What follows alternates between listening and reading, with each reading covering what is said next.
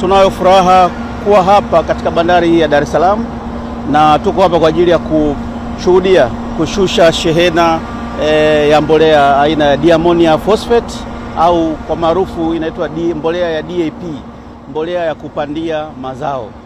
Hii ni mbolea ambayo inatengenezwa ikiwa na virutubisho vya phosphorus ambayo ni maalum kwa ajili ya kukuzia mizizi na kuisababishia mazao kukua kwema zaidi na kuboresha zaidi ukuaji. Sasa tuko hapa tunapokea meli mbili kwa pamoja, ambazo meli ya kwanza ndio kama mnavyoiona, hii inaitwa MV BC Zoe. Meli hii inatoka Riyadh, Saudi Arabia, kutoka kampuni ya Maden. Na kuna meli nyingine inaitwa MV Note, na yenyewe pia ni meli ambayo imeleta shehena ya mbolea. Meli hizi zote mbili, MV BC Zoe pamoja na Note, zimeleta jumla ya tani 26,500 mbolea hizi aina ya DAP ambazo zinatumika na wakulima wa Tanzania kwa ajili ya kupandia mazao. Na mbolea hizi zote tani 26,500 zimeletwa na serikali kupitia kampuni hii ya Tanzania Fertilizer Company TFC, ambayo iko chini ya Wizara ya Kilimo.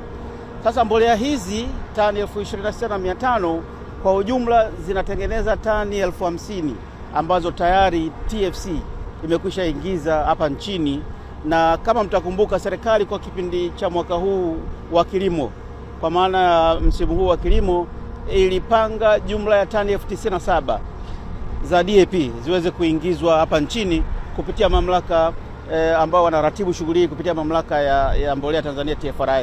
Na katika tani 97,000 hizi, kampuni ya mbolea nchini TFC imefanikiwa kuingiza tani 50,000 ambao ni sawa na 60% ya mpango huo wa serikali wa kuingiza hizo tani 97,000, na 40% imeingizwa na sekta binafsi, makampuni mengine yakiwemo OCPR na wengine. Kwa hizi mbolea za DAP serikali imetenga takriban shilingi 58,000 kwa kila mfuko wa kilo 50 kama ruzuku, na bila ruzuku mkulima angeweza kununua mfuko huu kwa jumla ya shilingi 130,000.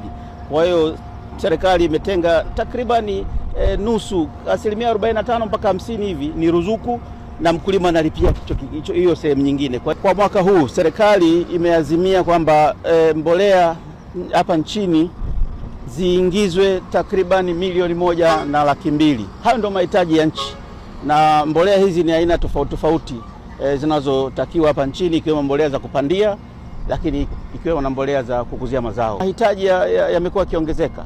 Miaka 2-3 iliyopita ya nyuma, mahitaji ya mbolea kwa nchi nzima kwa mwaka yalikuwa takriban tani 360,000 na kuendelea, lakini kwa sasa tunazungumzia ukuaji wa mbolea ambapo mpaka sasa hivi mahitaji yanakadiriwa kuwa tani 1,200,000. Na haya yote, mahitaji haya ni sekta binafsi na sekta ya umma wamepewa mwongozo huo kuhakikisha mbolea hizi zinapatikana kwa wakulima wote hapa nchini. Na hali hiyo ya upatikanaji wa mbolea mpaka sasa hivi, mbolea zote za kupandia ambazo tunaagiza kutoka nje, lakini kuna nyingine ambazo zinazalishwa na viwanda vya ndani, hali ni ya kuridhisha kwa wakulima wote.